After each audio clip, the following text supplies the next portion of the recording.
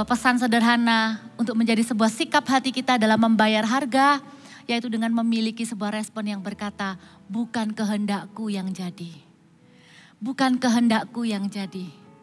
Karena kita tahu kehendak Tuhan itu di atas kehendak kita, amin. Siap ya, kita lihat sama-sama. Ada sebuah nasihat di 2 Korintus 7 ayat yang ke-10. 2 Korintus 7 ayat 10 berkata begini. Sebab duka cita menurut kehendak Allah menghasilkan pertobatan yang membawa keselamatan dan yang tidak akan disesalkan. Tetapi duka cita yang dari dunia ini menghasilkan kematian. Salah satu prinsip yang kita perlu pegang di hidup ini agar kita bisa berkata bukan kehendakku yang jadi adalah mengenali kehendak Tuhan di setiap kejadian.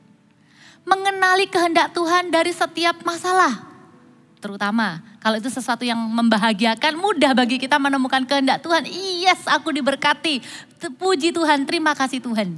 Tapi kita perlu berusaha sedikit lebih, merenungkan lebih, berdoa lebih untuk mencari kehendak Tuhan, terutama dalam keadaan-keadaan yang tidak menyenangkan atau kita katakan sebagai masalah. Nah, Alkitab barusan memberikan kepada kita sebuah perbedaan antara worldly sorrow dan godly sorrow. Penderitaan yang dari dunia dan penderitaan atau duka cita yang menurut kehendak Allah. Bedanya apa? Duka cita menurut dunia atau duka cita yang dihasilkan oleh dunia itu adalah duka cita yang berpusat kepada diri sendiri. Duka cita yang membawa kita itu merasa kita yang gagal sehingga kita tidak memberi ruang kepada kehendak Tuhan di dalam kejadian itu. Setiap masalah bisa jadi menimpa. Jadi ini bukan tipikalnya ya. Oh, kalau kehilangan orang yang dikasihi namanya penderitaan dunia atau duka cita dari menurut kehendak Tuhan. Tentu kita tahu itu kehendak Tuhan ya. Tapi kalau kita gagal menyikapinya, kalau kita gagal menemukan kehendak Tuhan di balik setiap kejadian, maka duka cita itu bisa dikategorikan sebagai duka cita dari dunia. Walaupun kematian orang yang dikasihi Tuhan itu atas kehendak Tuhan. Jadi bagaimana sikap hati kita menghadapi duka cita itu yang akan menentukan. Karena ternyata duka cita yang dari dunia itu firman Tuhan itu gak main-main. Duka cita dari dunia ini ujungnya adalah kematian. Tidak membawa kehidupan. Sedangkan duka cita yang menurut kehendak Allah itu akan menuntun kita kepada pertobatan yang tidak akan kita sesali. Ayo kita minta hikmat Tuhan untuk mengenali kehendak Tuhan di balik setiap kejadian-kejadian yang kita alami. Amin. Setiap kali kita mengalami sesuatu, berdoa, minta Tuhan. Jangan denial. Gak apa-apa, misalnya ada yang baru berduka ya, aduh kehilangan orang yang dicintai itu adalah duka cita yang kalau bisa dibilang itu lembah kelam yang paling kelam. Saya tahu, saya pernah kehilangan ayah saya, itu adalah duka cita yang paling besar di hidup saya. Gak bisa kita ngomong jangan berduka itu gak bisa, gak apa-apa. Tapi jadikanlah duka cita itu adalah duka cita menurut kehendak Allah. Kita tahu bahwa itu tidak terjadi di luar kehendak Allah. Ada rencana Tuhan, ada kehendak Tuhan di balik itu semua. Kalau dikatakan itu menuntun kepada pertobatan, itu berarti di dalam duka cita itu membuat kita ingat akan Tuhan. Apalagi kalau kita berdoa, pakai duka cita yang seizin Tuhan ini ya Tuhan. Bukan cuma mendatangkan pertobatan atas diriku atau keluargaku, tapi atas orang lain juga. Setelah kita selesai berduka, saya tahu duka cita itu gak akan hilang. Tapi izinkan Tuhan memakai kita menjadi kesaksian untuk menguatkan saudara-saudara yang lain agar duka cita mereka itu juga menuntun mereka ke dalam keselamatan dan pertobatan. Bukan sebuah duka cita yang malah menyeret mereka menjauh dari Tuhan. Beda, sangat berbeda. Contoh yang paling jelas itu ada di ceritanya Yudas. Kita enggak usah baca, saya ceritakan aja. Yudas itu menyesal karena telah menumpahkan darah orang tidak bersalah. Uang yang dia dapat itu dia kembalikan. Dan Yudas itu berkata, aku telah berdosa. Apakah itu pertobatan? Bukan. Karena di dalamnya itu lebih ke menggantungkan atau mengandalkan diri sendiri. Aku telah berdosa, tapi dia tidak bertemu juru selamat yang bisa mengampuni dosa itu. Maka kita tahu ending ceritanya Yudas itu malah menggantung diri. Which is bypass langsung kepada kematian kekal. Tapi duka cita yang menuntun pada pertobatan, duka cita masalah-masalah yang membuat kita semakin berharap kepada Tuhan. Kita bisa berkata, puji Tuhan. Dulu aku gak ngerti waktu ngalamin masalah itu. Tapi sekarang aku mengerti ada kehendak Tuhan, sekarang aku bisa bersyukur atas masalah itu. Bukan berarti bersyukur atas masalahnya, tapi bersyukur waktu melewati masalah itu. Kita tidak melewatinya sendirian. Amin. Belajar menemukan Tuhan. Menemukan kehendak Tuhan dalam setiap kejadian-kejadian. Apalagi kejadian yang tidak mengenakkan. Hari-hari ini banyak teman-teman yang terpaksa harus juga istirahat ya di rumah. Kita berdoa mereka segera pulih gitu ya. Tapi kita juga berdoa agar di masa-masa mereka namanya isoman. Mereka tidak kesepian, akhirnya malah menjauh dari Tuhan. Justru saya temukan banyak orang-orang itu yang bisa ambil sabat. Istilahnya sabbatical day. Di mana hari-hari sudah nggak ada kesibukan. Di situ juga terjadi pilihan. Mau jadi tambah jatuh dalam dosa karena internet tanpa batas. Atau malah semakin cari Tuhan, semakin dekat dengan Tuhan, itu ada di tangan kita. Pilihannya itu sangat bebas di tangan kita. Ayo kita temukan Tuhan dalam setiap kejadian. Amin. Ya. Dan Tuhan itu punya rencana. Dan rencana Tuhan itu gak gampang dibatalkan hanya karena tiba-tiba ada sesuatu yang menurut kita di luar rencana. Rencana Tuhan itu gak semudah itu cancel di hidup kita. Kita pikir, mungkin anak muda mau kuliah ke sana, cancel. Apakah Anda berpikir rencana Tuhan batal di hidup Anda? Enggak. Tuhan itu bisa bekerja dalam segala sesuatu. Kita lihat satu janji firman Tuhan. Ini prinsipnya ya. Kalau kita ngalamin sebuah masalah, hendaklah ini yang kita katakan. 2 Korintus 4 ayat 16 sampai 18. 2 Korintus 4 ayat 16 sampai 18. Sebab itu kami tidak tawar hati. Katakan tidak tawar hati. Apapun masalah yang tidak kita harapkan, yang terjadi itu tidak bisa meng-cancel rencana Tuhan. Sehingga kita tidak perlu tawar hati. Maka respon kita tuh gak langsung jadi kecewa, gak ada harapan. Kami tidak tawar hati, tetapi meskipun manusia lahiriah kami semakin merosot. Namun manusia batiniah kami dibaharui dari hari ke hari. Itu loh bedanya. Sekalipun daging ini ngalamin sesuatu yang gak enak, manusia lahiriah kita ini ngalami sakit, ngalami cancel plan atau apapun berubah gitu. Selama manusia batiniah kita itu diperbaharui dari hari ke hari, selama stamina rohani kita tuh juga dibangun dengan sengaja setiap hari kita kenali Tuhan dalam setiap kejadian-kejadian, maka dikatakan sebab penderitaan ringan yang sekarang ini mengerjakan bagi kami kemuliaan kekal yang melebihi segala-galanya jauh lebih besar daripada penderitaan kami. Sebab kami tidak memperhatikan yang kelihatan melainkan yang tidak kelihatan. Karena yang kelihatan adalah sementara, sedangkan yang tidak kelihatan adalah kekal. Berani enggak?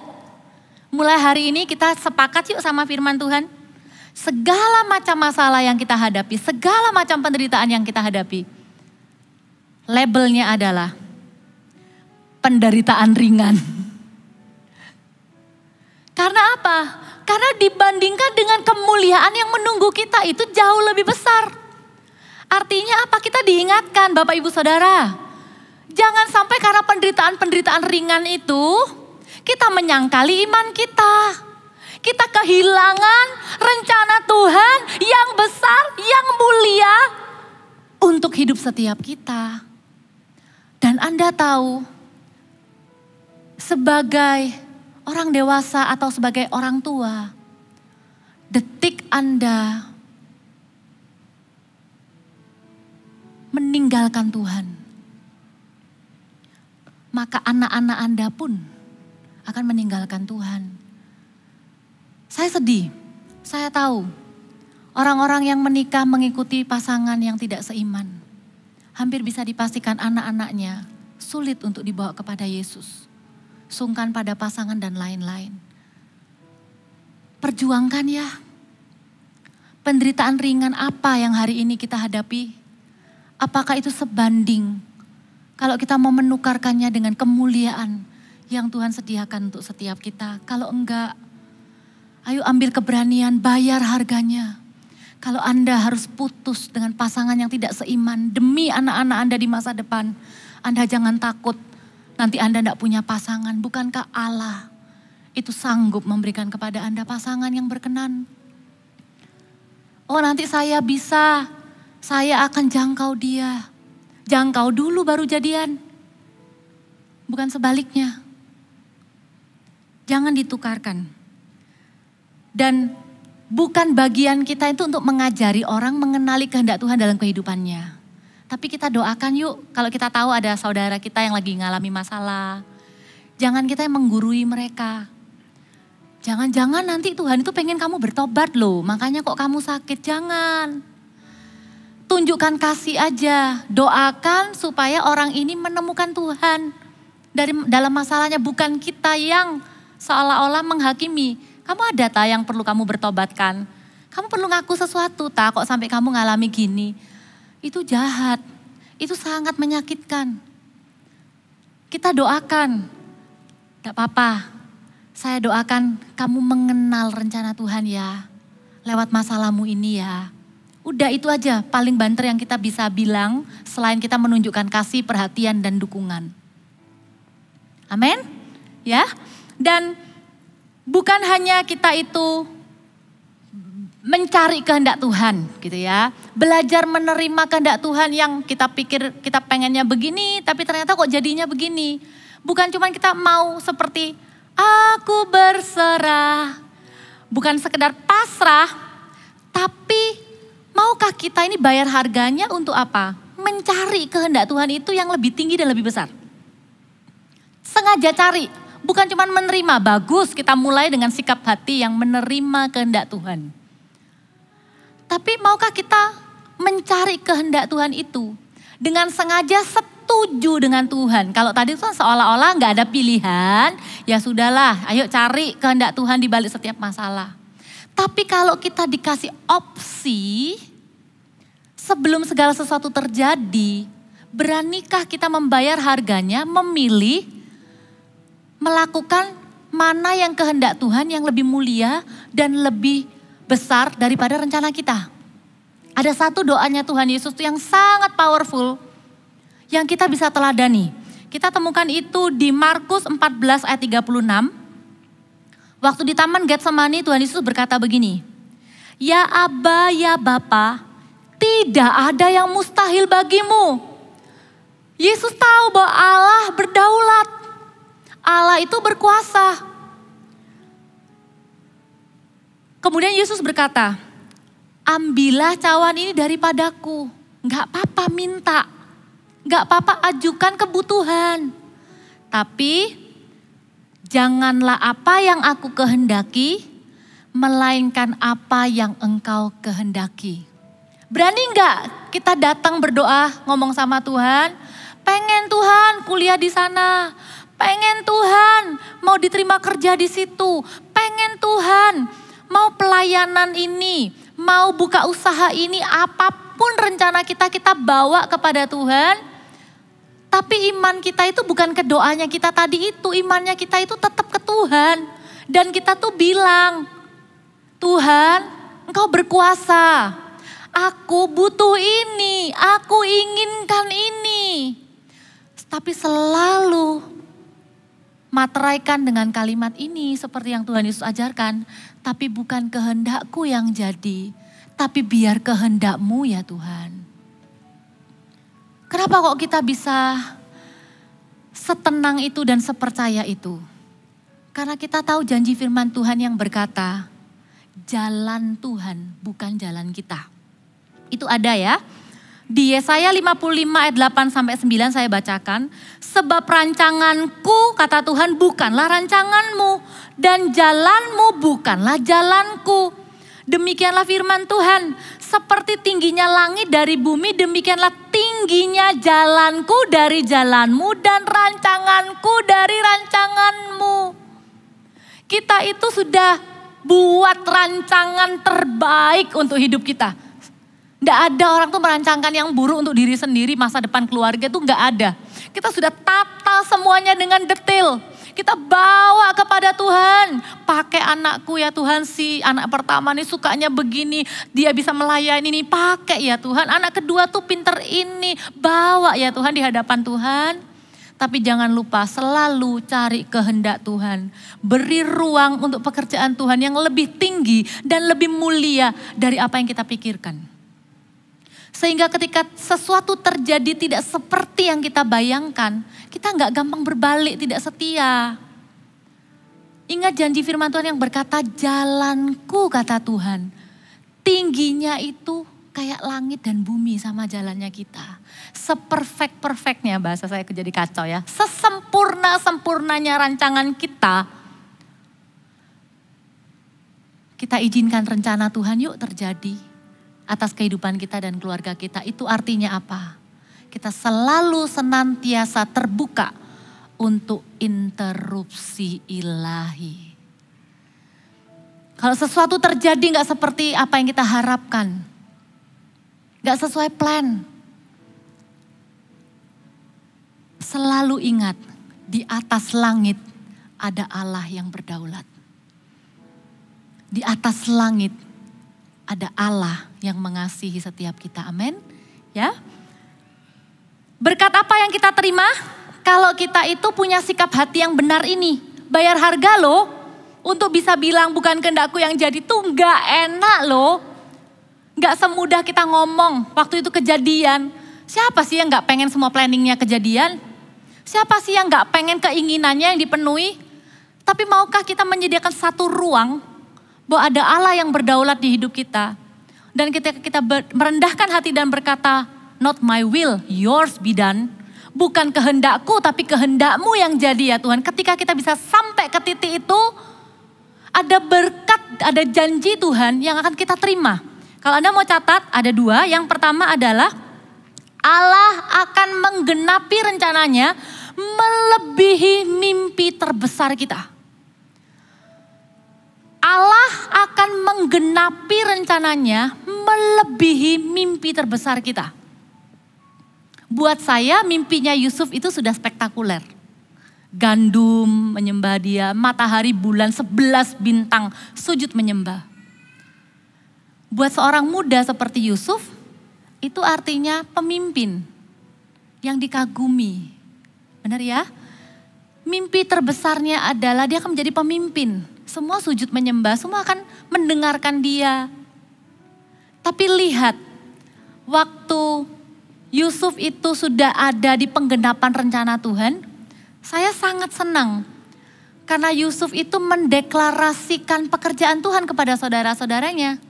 Yusuf itu gak ngomong gini, aku ini sudah benar di hadapan Tuhan, makanya aku ada di sini. Aku ini pernah digoda Tante Potifar, aku tuh difitnah, tapi di penjara aku tetap excellent. Makanya sekarang aku bisa jadi pemimpin. Yusuf tidak membanggakan prosesnya. Bahkan gak pernah diulang. Diceritakan ulang. Sebagai sebuah kebanggaan atau keberhasilan. Tapi perhatikan apa yang Yusuf katakan. Ada 3 kali saya temukan yang menunjukkan bahwa Allah sanggup menggenapi rencananya melebihi mimpi terbesar kita. Dikatakan di kitab Kejadian 45 ayat 5, 7, dan 8. Tetapi sekarang janganlah bersusah hati dan janganlah menyesali diri karena kamu menjual aku ke sini.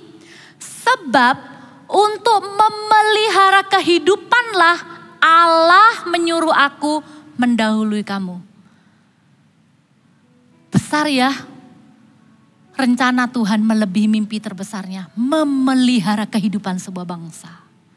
Yang kedua, ayat 7. Maka Allah telah menyuruh aku mendahului kamu untuk menjamin kelanjutan keturunanmu di bumi ini dan untuk memelihara hidupmu. Artinya bukan kamu aja, tapi ada sebuah jaminan kelanjutan keturunanmu. Bukan cuma sekedar jadi pemimpin biasa.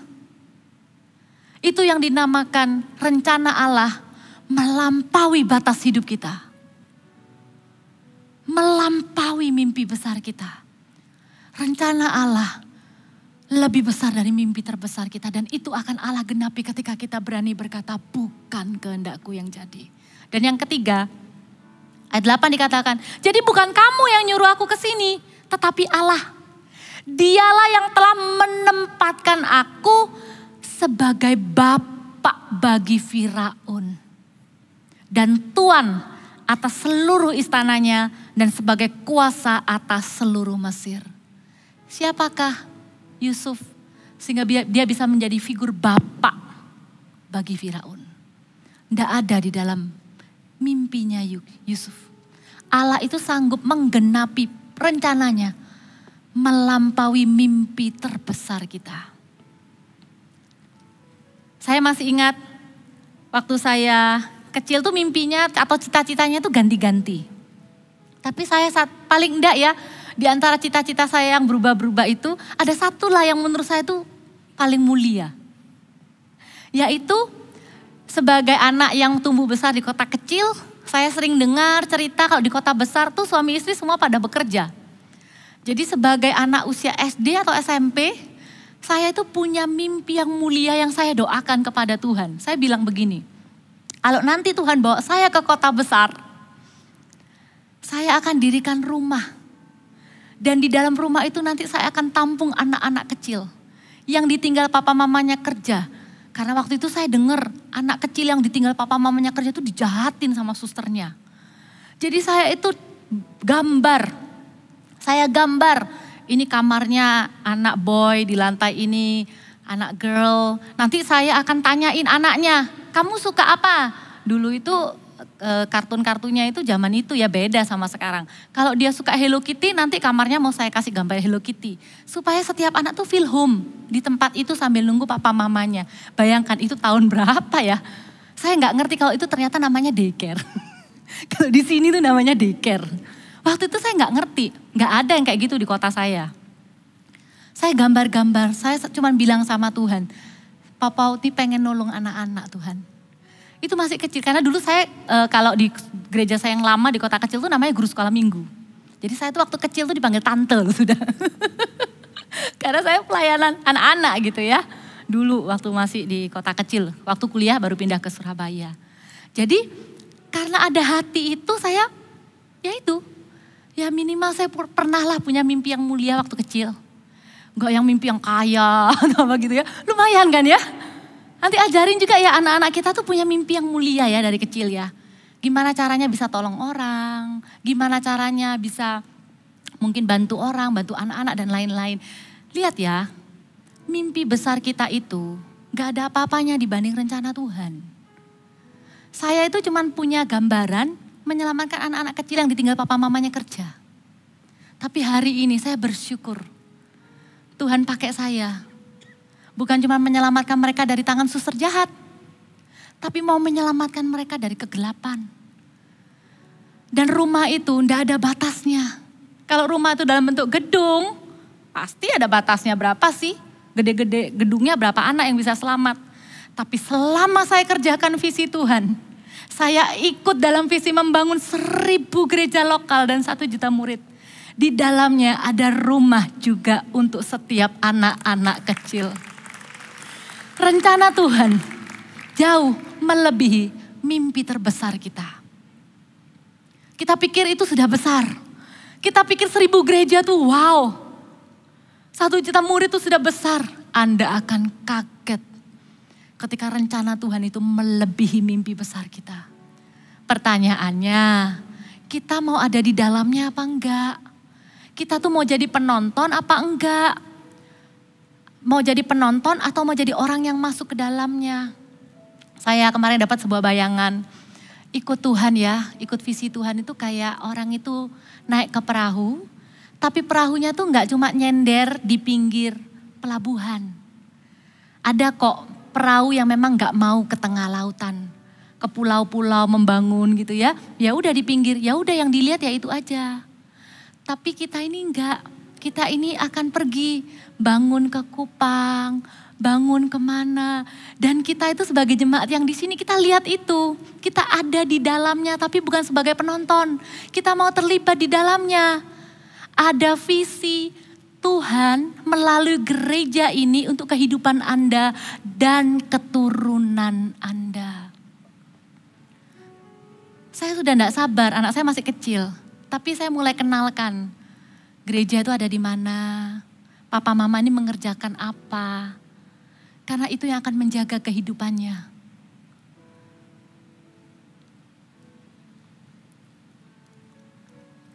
Maukah Anda ikut di dalam kapal itu? Bersama-sama menggenapi visi. Kita nggak mau jadi kapal yang cuma berhenti di pinggir. Enak sih, aman sih.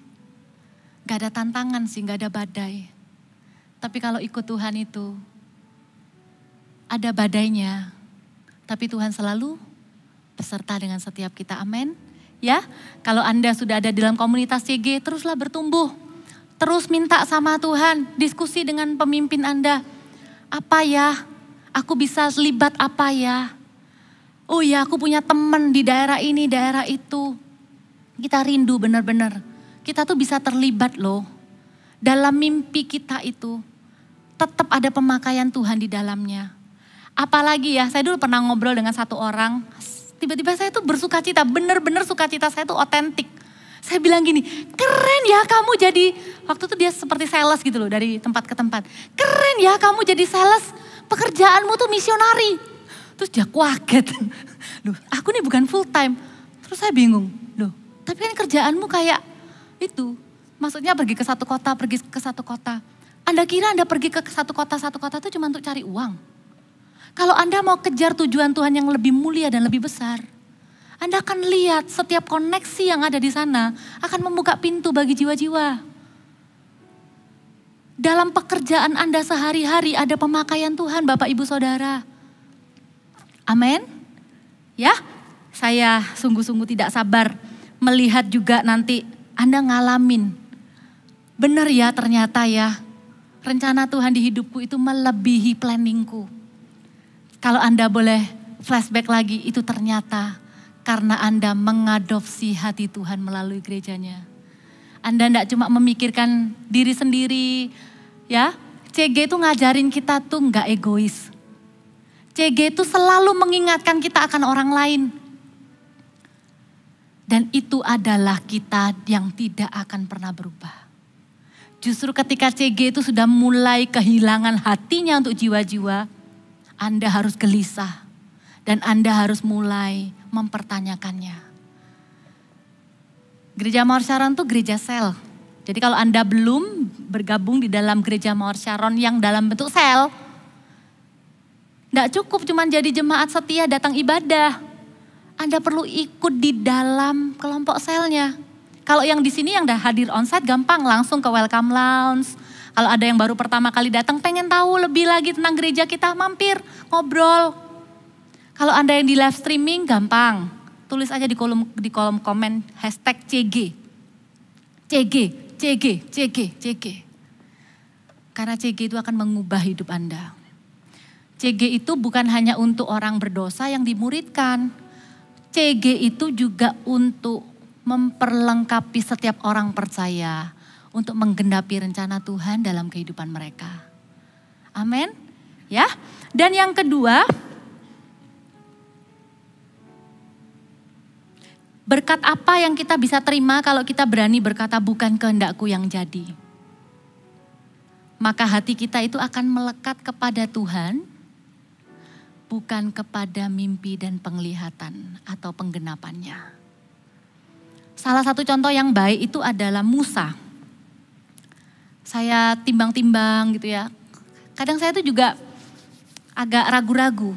Tapi coba ya ikuti angle saya.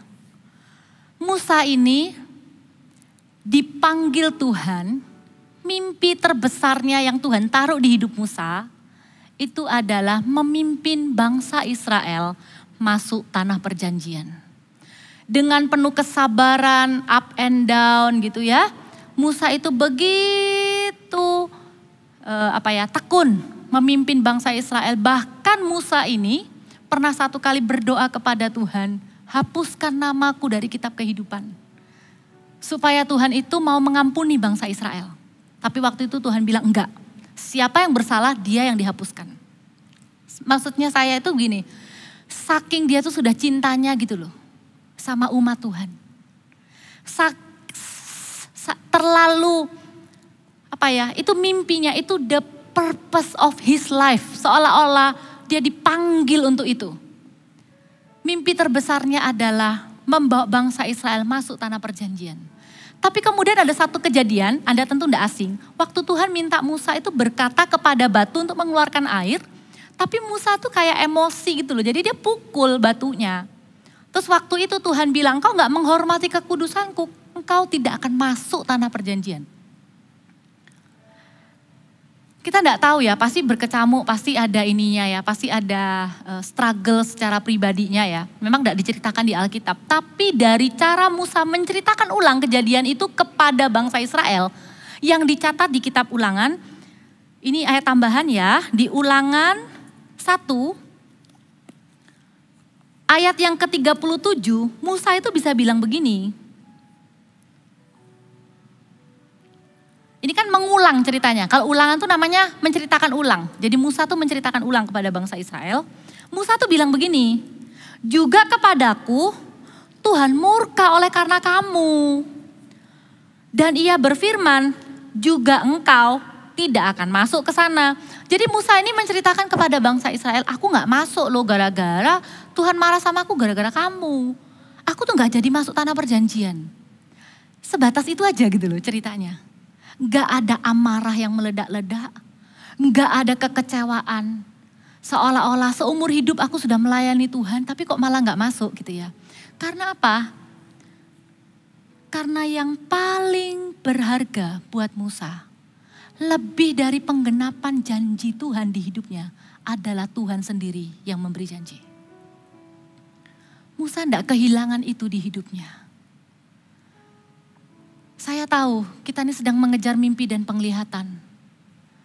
Kita ini sedang berharap janji Tuhan yang terindah dan terbaik. Itu terjadi dalam kehidupan kita. Tapi waktu kita berkata bukan kehendakku yang jadi bayar harga kita itu, akan membuat kita mendapatkan sebuah berkat. Yaitu apa?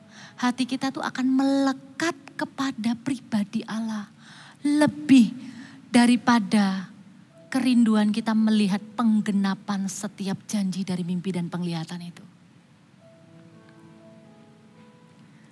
Sedikit tambahan, hubungan Tuhan dengan Musa itu begitu manis. Tidak diceritakan Musa tuh ngambek dengan Tuhan gara-gara gak jadi masuk tanah Kanaan. Malah di perjanjian baru itu ada satu peristiwa supernatural. Waktu Yesus dimuliakan, yang Allah kirim siapa? Musa dan Elia. Dalam kemuliaannya ngobrol dengan Tuhan Yesus. Mempersiapkan Tuhan Yesus menggenapi rencananya mati di kayu salib. Indah loh.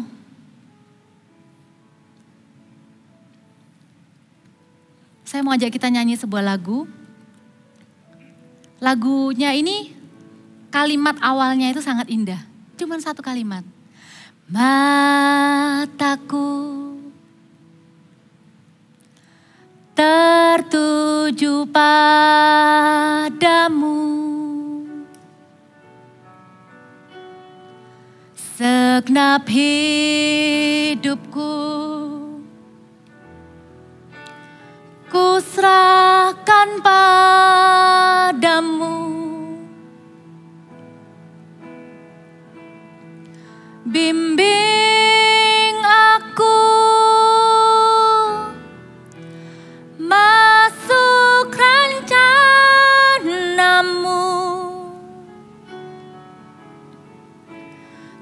untuk membesarkan kerajaan-Mu. Lihat ya, ini bukan lagu orang yang gak mau ngapa-ngapain untuk Tuhan. Ini adalah sebuah komitmen hati, aku mau ikut kehendak Tuhan. Aku mau perbesar kerajaan Tuhan. Aku mau lakukan apapun, berjuang, cari kehendak Tuhan yang lebih tinggi dan lebih mulia dari rencana kita. Tapi jangan hati kita melekat ke sana. Melekatlah tetap kepada Allah. Sehingga sampai akhir hidup kita,